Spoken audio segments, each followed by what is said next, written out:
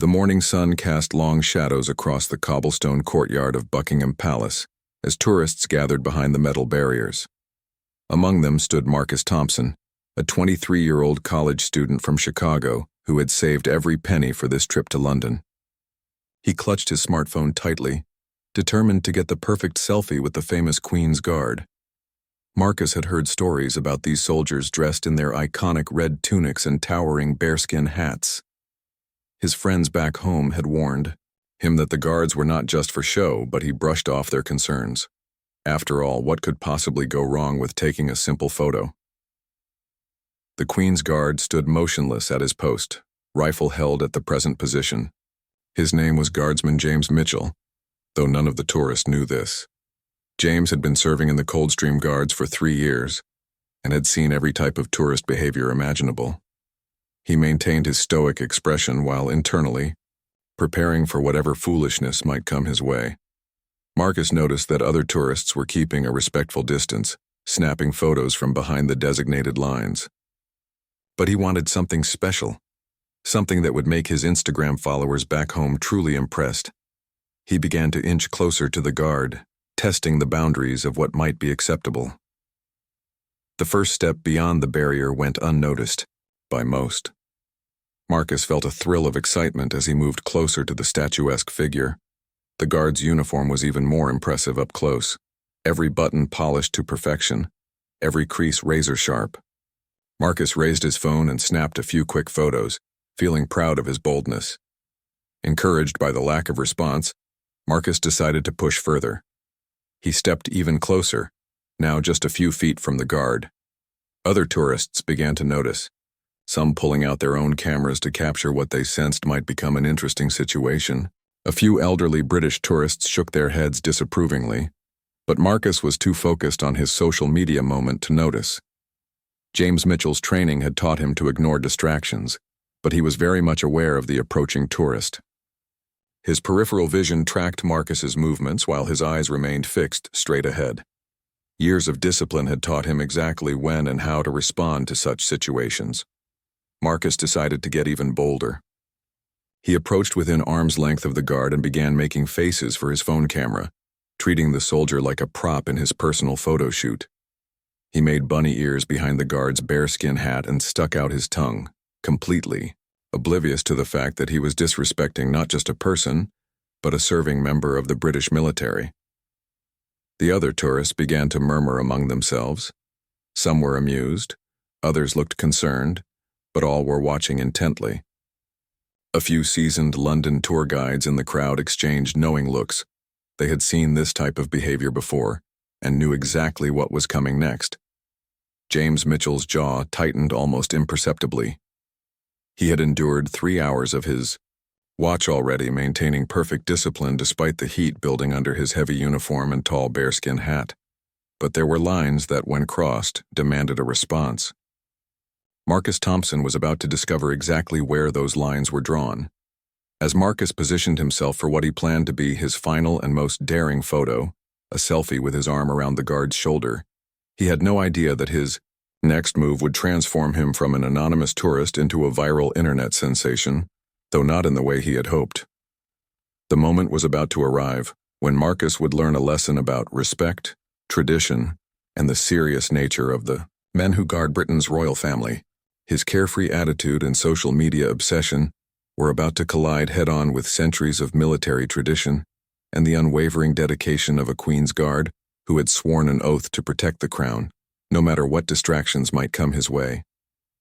The wind carried the scent of expensive perfume and fresh flowers across the grounds of Windsor Castle as Catherine Walsh adjusted her designer sunglasses. The 45-year-old real estate mogul from Beverly Hills was not accustomed to being told what to do, and she certainly wasn't going to let some quaint British customs interfere with her vacation plans. Catherine had built her fortune by pushing boundaries and refusing to take no for an answer. These traits had served her well in the cutthroat world of luxury property development, but she was about to discover that her aggressive business tactics would not translate well to interactions with the Windsor Castle Guard. Sergeant David Harrison stood at attention outside St. George's Chapel, where Prince Harry and Meghan Markle had been married just 2 years earlier. His scarlet tunic bore the insignia of the Welsh Guards, and his years of military service showed in his perfect posture and unwavering gaze. David had served tours in Afghanistan and Iraq before being selected for ceremonial duties, bringing both combat experience and deep respect for protocol to his position. Catherine approached the rope barrier with her entourage, her personal assistant, photographer, and teenage daughter, who looked mortified by her mother's increasingly demanding behavior throughout their European vacation. She had been barking orders at hotel staff, restaurant servers, and tour guides since arriving in London, treating everyone as if they were her employees. The designated viewing area was clearly marked, with signs in multiple languages explaining the boundaries that tourists must respect. But Catherine had paid thousands of dollars for this trip, and she expected special treatment wherever she went. She studied the guard for a moment, noting his youth and deciding he would be easy to manipulate.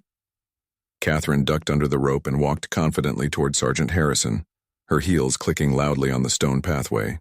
Her photographer followed reluctantly, sensing trouble but too intimidated by his demanding client to refuse.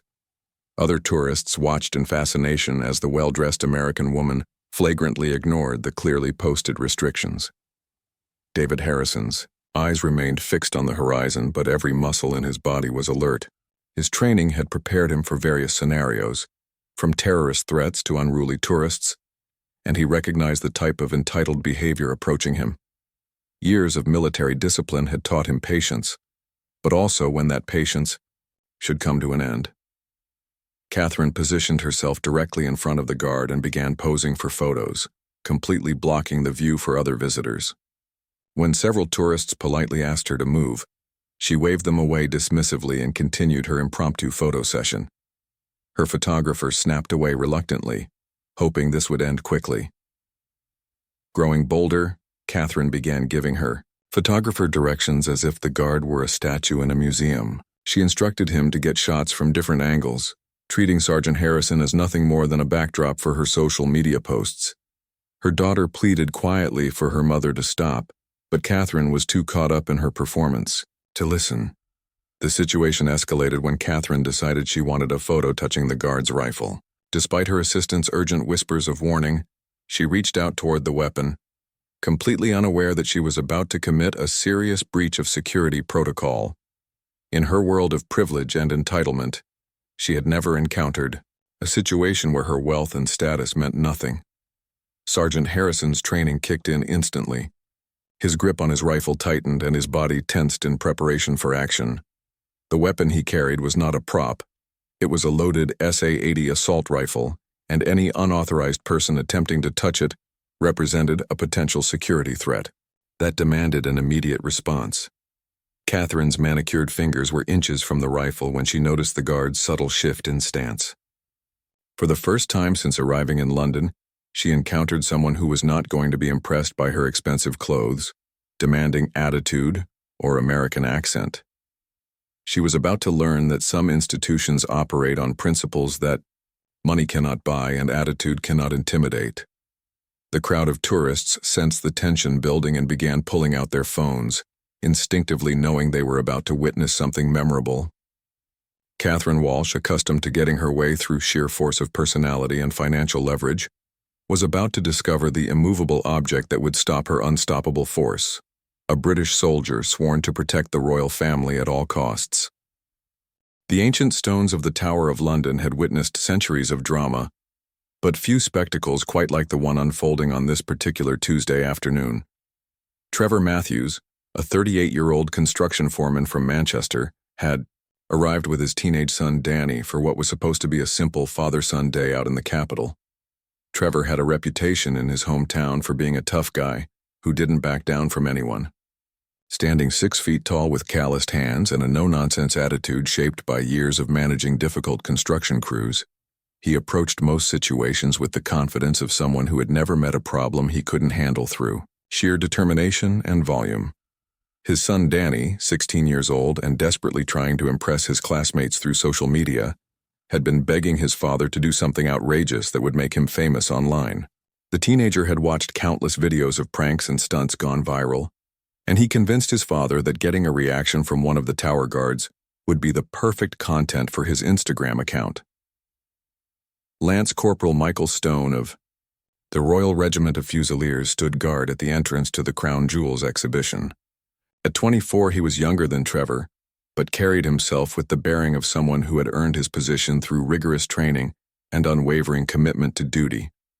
Michael had joined the army straight from school and had served, with distinction in overseas deployments, before being assigned to ceremonial duties. The Tower of London attracted millions of visitors annually, and the guards stationed there had developed remarkable patience for dealing with tourists from around the world. However, their tolerance had clear limits, especially when it came to maintaining the dignity and security of one of Britain's most important historic sites. Trevor initially seemed like any other visitor, reading information plaques and taking standard tourist photos. But as he observed the guards' disciplined stance and serious demeanor, he began to see it as a challenge to his own authority.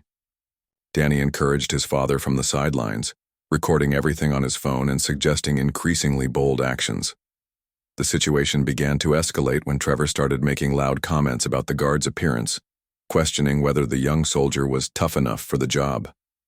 His voice carried across the courtyard, drawing attention from other visitors who began to gather at a safe distance, sensing that something was about to happen. Michael Stone had heard every possible taunt and insult during his months of ceremonial duty.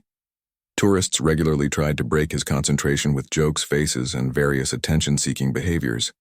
His training had taught him to maintain professional composure regardless of provocation, but he also understood that some situations required a clear demonstration of authority.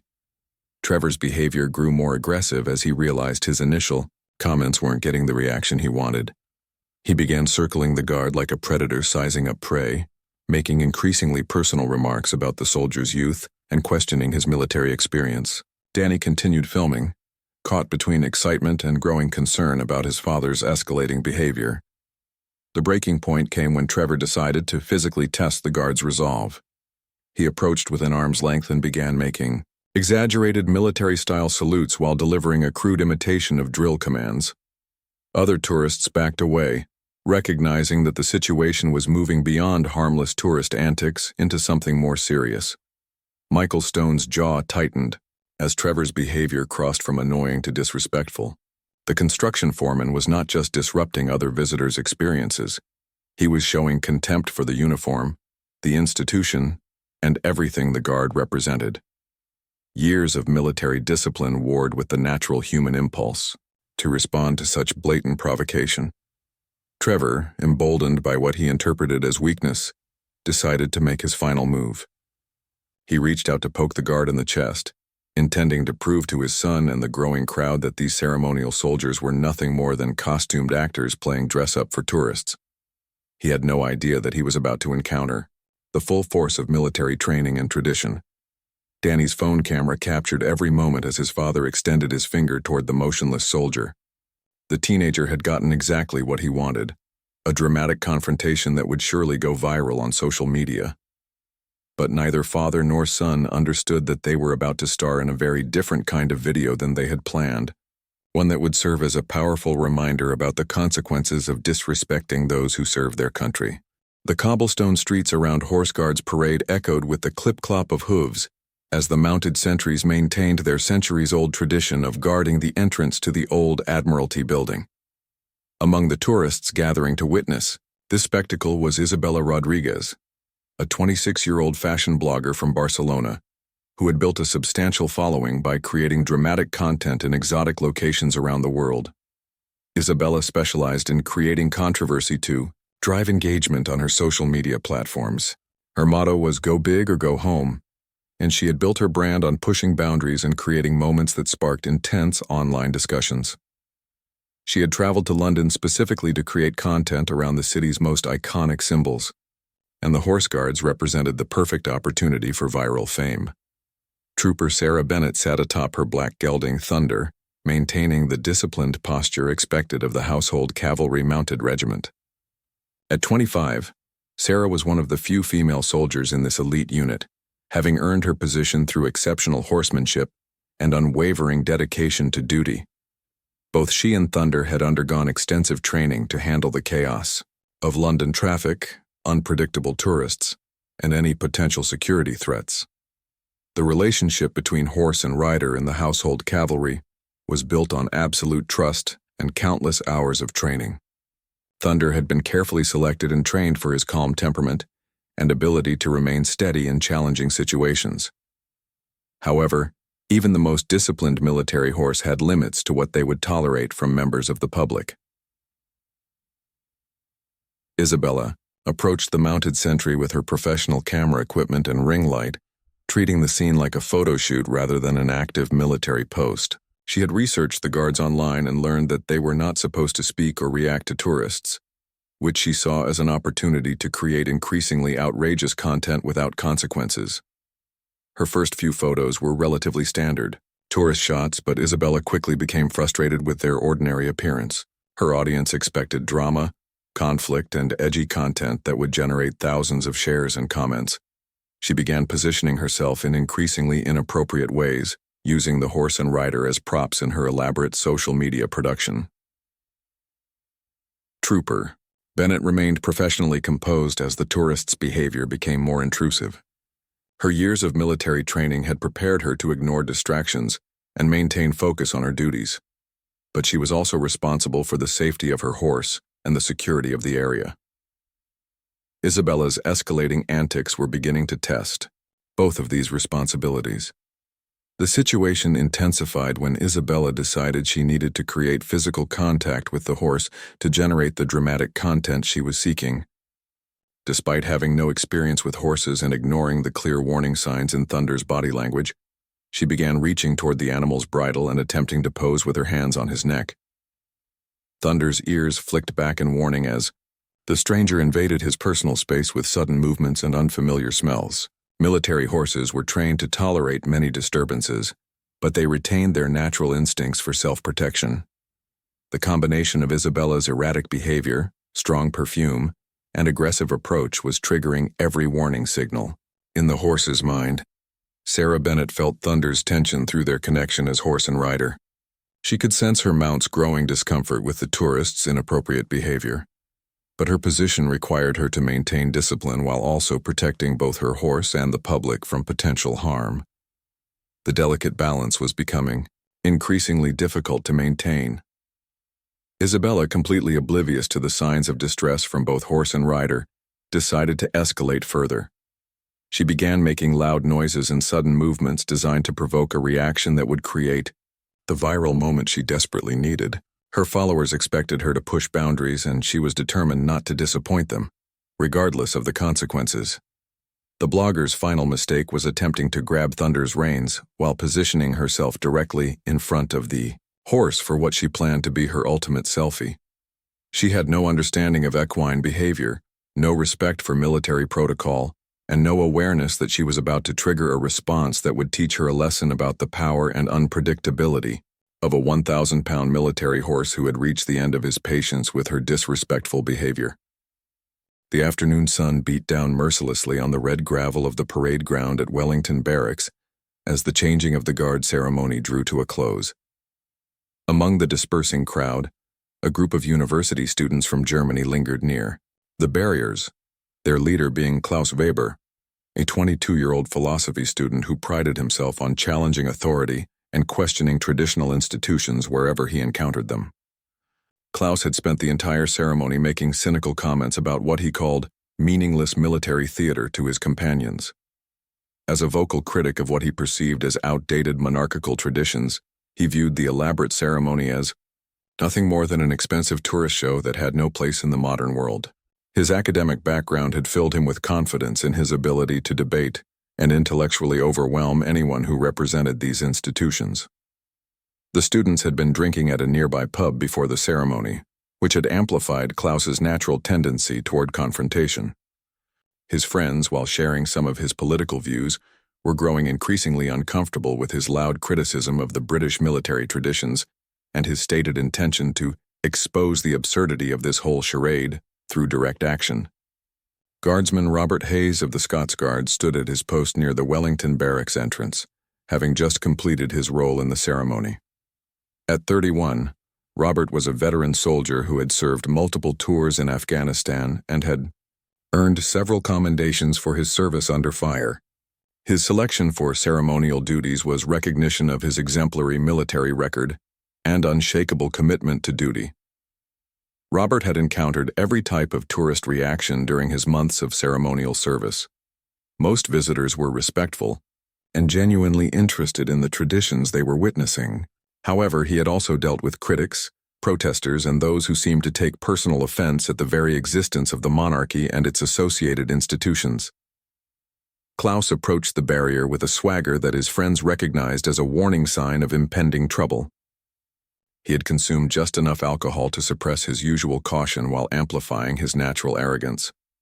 The philosophy student saw the stoic guard as the perfect target for demonstrating his intellectual superiority and political convictions to both his companions and the remaining tourists.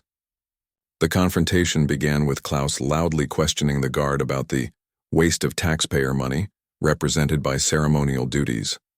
When his questions received no response, he interpreted the silence as proof that the soldier was either unintelligent or unable to defend his position. This assumption was Klaus's first serious mistake in reading the situation. Robert Hayes had debated the value and meaning of military traditions countless times with fellow soldiers, superior officers, and even politicians during his career. His silence was not due to inability to articulate his position, but rather the result of professional discipline and respect for his role. However, Klaus's increasingly aggressive tone and personal insults were testing the limits of that professional restraint. Klaus escalated his verbal assault, making disparaging comments about the intelligence of soldiers who would dress up like toy soldiers for the entertainment of tourists. His friends began backing away as his voice grew louder and his gestures more animated. Other tourists stopped to watch, sensing that the situation was developing into something more serious than typical tourist photography. The turning point came when Klaus decided to physically demonstrate his contempt for what he saw as meaningless ceremony. He climbed over the barrier and approached the guard directly, intending to prove that these soldiers were nothing more than actors in elaborate costumes who would not dare to actually enforce their authority. Robert Hayes watched the intoxicated student approach with the calm assessment of a combat veteran who had faced far more serious threats in war zones around the world. Klaus represented no real danger, but he was violating security protocols and showing disrespect for the uniform and everything it represented. The situation required a measured but definitive response. Klaus reached out to tap the guard on the shoulder, planning to force some kind of reaction that would prove his point about the artificial nature of the ceremony. He had no understanding of military law, no appreciation for the seriousness of interfering with a sentry on duty, and no awareness that he was about to receive a lesson in the difference between academic theory and military reality. The philosophy student's hand was inches from the guard's uniform when Robert Hayes decided that the time for passive tolerance had ended. Years of military training, combat experience, and unwavering commitment to duty converged in a moment that would teach Klaus Weber that some institutions command respect, not because of their age or tradition, but because of the caliber of men and women who serve within them. The evening mist rolled across the ancient grounds of Edinburgh Castle as the last tour groups of the day made their way toward the exit gates. Among the stragglers was Connor MacLeod, a 19-year-old from Glasgow whose Saturday night out with his mates had extended into an impromptu trip to the capital. Several pints of lager had convinced Connor that he possessed both the wit and courage to succeed, where countless other tourists had failed in getting a reaction from the castle's ceremonial guards. Connor's friends had initially encouraged his increasingly bold behavior, filming his antics on their phones and egging him on with dares and challenges. However, as the evening progressed and Connor's actions became more reckless, even his closest companions began to distance themselves from what they recognized was becoming a serious situation rather than harmless fun. Staff Sergeant William Mackenzie of the Royal Regiment of Scotland stood at his final post of the day, maintaining the discipline and bearing that had defined his 15-year military career. At 34, William had served with distinction in Iraq, Afghanistan, and several peacekeeping missions before being assigned to ceremonial duties at Scotland's most iconic fortress.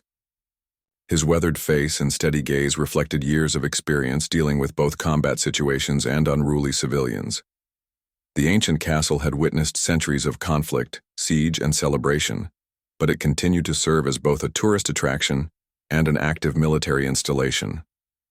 The guards stationed there were not merely ceremonial figures, but serving soldiers responsible for the security and dignity of one of Scotland's most important national symbols. Connor approached the guard with the false confidence that alcohol often provides to young men who mistake loudness for bravery. His Glasgow accent grew thicker as he began making what he thought were clever observations about the guard's uniform, weapon, and stoic expression. His friends recorded from a distance, no longer participating but unable to look away from the unfolding disaster. The situation escalated when Connor began making increasingly personal and insulting comments about Scottish military traditions and the soldiers who served in them. His remarks revealed not just disrespect but a fundamental misunderstanding of the history and sacrifice that the uniform represented. Each word was designed to provoke a reaction, but Connor had no appreciation for the discipline and self-control required to maintain professional composure under such provocation. William Mackenzie had grown up in the Scottish Highlands, where respect for military service and national traditions ran deep in the community. He had joined the army to serve his country, and had seen friends wounded and killed in overseas deployments. The young drunk's casual mockery of everything he held sacred tested every aspect of his military training and personal values.